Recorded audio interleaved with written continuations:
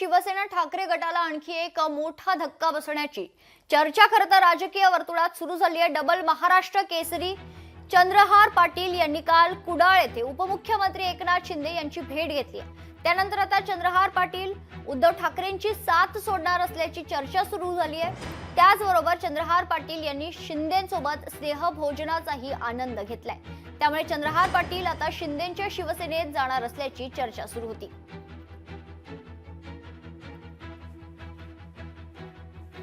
मी माझ्या वैयक्तिक कामानिमित्त रत्नागिरी येथे गेलो असताना माझे मित्र उदय सामंत यांनी मला स्नेहभोजनाचं आमंत्रण दिलं। भोजन करून 15 ते 20 मिनिटात मी बाहेर पडलो। यावेळी क्रीडा क्षेत्राबाबत चर्चा झाली। राज्याच्या क्रीडा क्षेत्राच्या विकासासाठी शासनातील महत्त्वाच्या व्यक्तींची भेट घेण्यात मला काही गैर वाटत नाही, पण माझ्या हितशत्रूंनी मला राजकीय जीवनातून बाद करण्यासाठी खोट्या बातम्या पेरण्याचा डाव केलाय।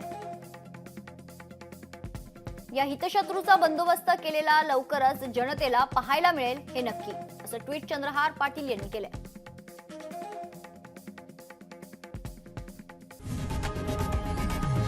लोकशाही मराठी ऐका, पहा, जागरूक रहा।